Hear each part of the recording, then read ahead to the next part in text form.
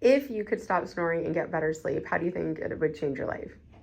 Well, I mean, it would change it. I think it would change it a lot. So it's just, basically you get sleep. You don't wake up. You don't wake up snoring in the middle of the night.